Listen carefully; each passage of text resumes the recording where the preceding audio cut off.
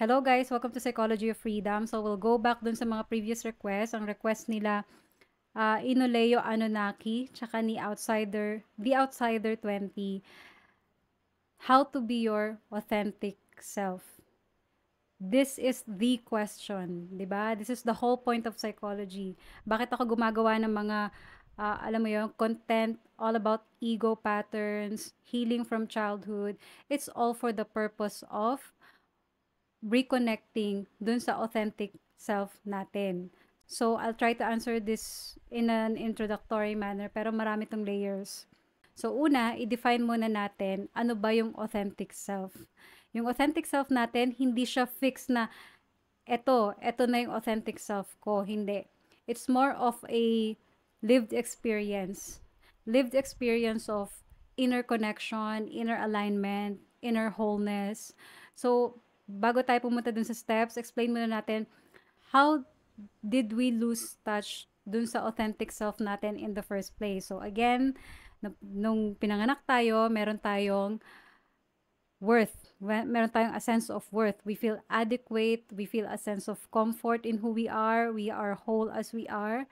Pero dahil sa tinatawag na parental projections, parental ego, in which yung parents natin, pinroject nila yung mga unmet needs and desires nila.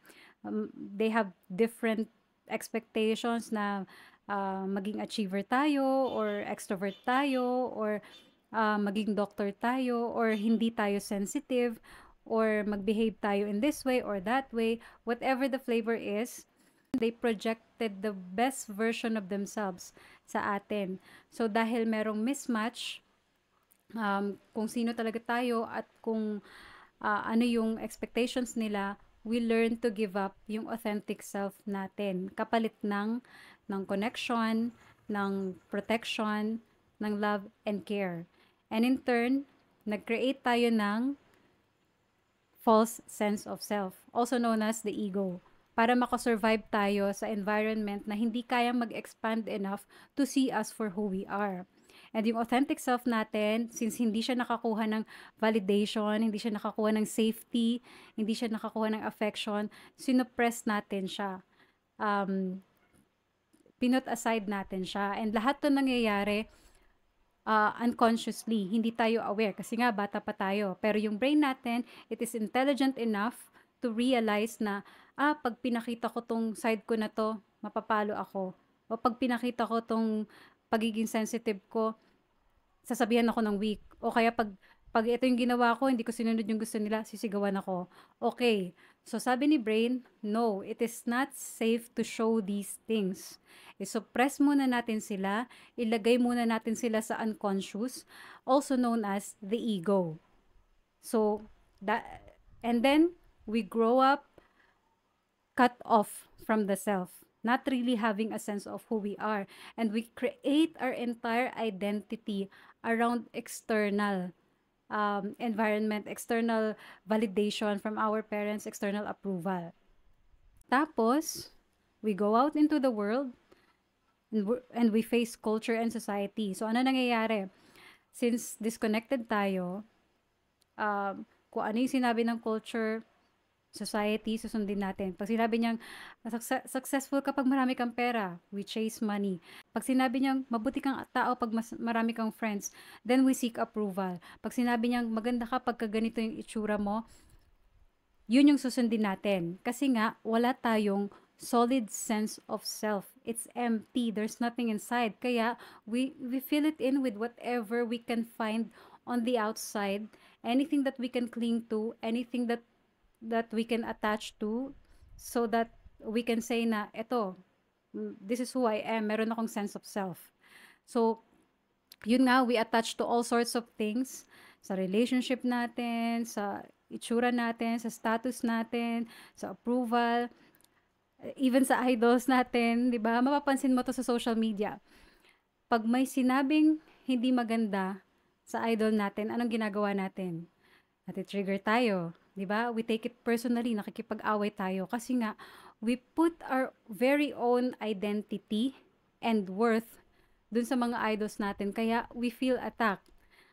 Feeling natin tayo talaga yung inaatake kasi we make them an extension of ourselves. So we grow up attaching our sense of self, our sense of worth to everything external. Walang inner alignment, walang inner attunement, walang checking in. Kaya lalo tayong lumalayo, lalo tayong nadidisconnect sa authentic self natin. And we're constantly trying to find our worth in all the wrong places. And now, we're here, completely out of touch, completely in false self, and we don't even know it. 'Di ba? Sabi nga in psychology, para tayong isda. Di nila alam na basa sila. Ganon din tayo, hindi natin alam na we're living in false self. So, since false sense of self siya, we're going to burn out. It's gonna show some cracks. It's gonna show either through depression, addiction, mental breakdown, midlife crisis, dysfunctional relationships after dysfunctional relationships, feelings of emptiness, whatever. Yung self-abandonment, it's gonna find its outlet. So, ayun na nga, how do we come home to ourselves? How do we reconnect dun sa authentic self natin? Una, i-recognize natin na we're living in false self. We're living in ego. Nakaramihan ng mga minanifest natin sa buhay natin up to this point is nanggaling sa fear and inner scarcity. Na umuo ako kasi takot ako na hindi ako makabilong. Nagstay ako sa career na to kasi takot akong ma-judge. Or nag-people please ako kasi ayokong mag-isa. Nag-attach ako sa mga egoic attachments na to dahil takot akong i-confront yung sarili kong emptiness. So, kailangan natin i-examine yung fears natin and be honest with ourselves. Alin dito yung authentic sa akin? Alin dito yung mask? Am I coming from inner wholeness and inner abundance, or am I coming from fear and lack? So every time we come from fear, we enter false self. Every time we come from lack, we enter false self. Conditioned tayo to disconnect. So, pag na-recognize na natin yung fears natin, we brought it into our awareness, yung conditioning ng fear and lack, then we start aligning with our truth. We start aligning with our authentic voice, authentic self.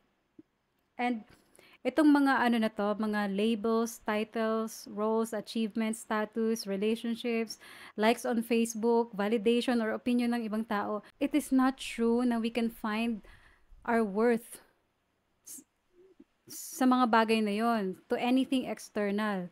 These are false attachments. It's temporal, it's impermanent, it's an illusion.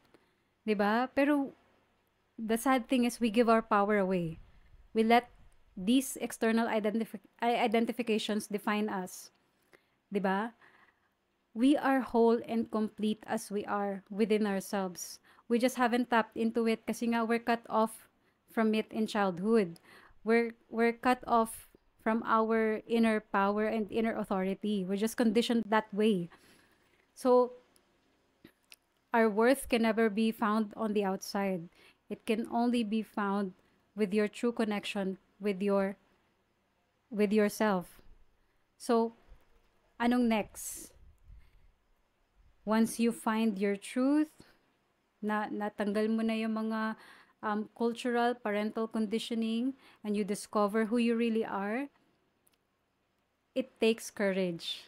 'Di ba? Kasi you're going to pay a price.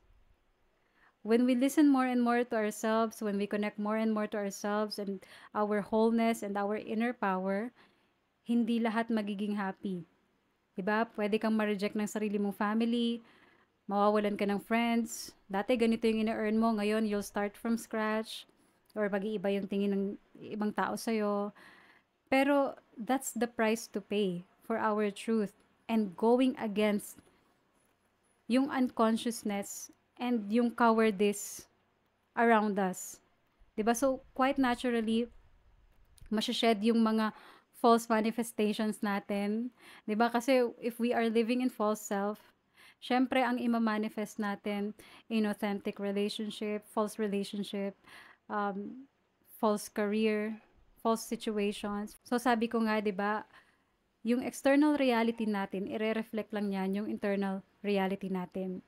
So you have to allow the natural shedding of these things. Sabi nga 'di ba, awakening is a subtractive process. It's not an additive process. So you have to shed the layers of falsities.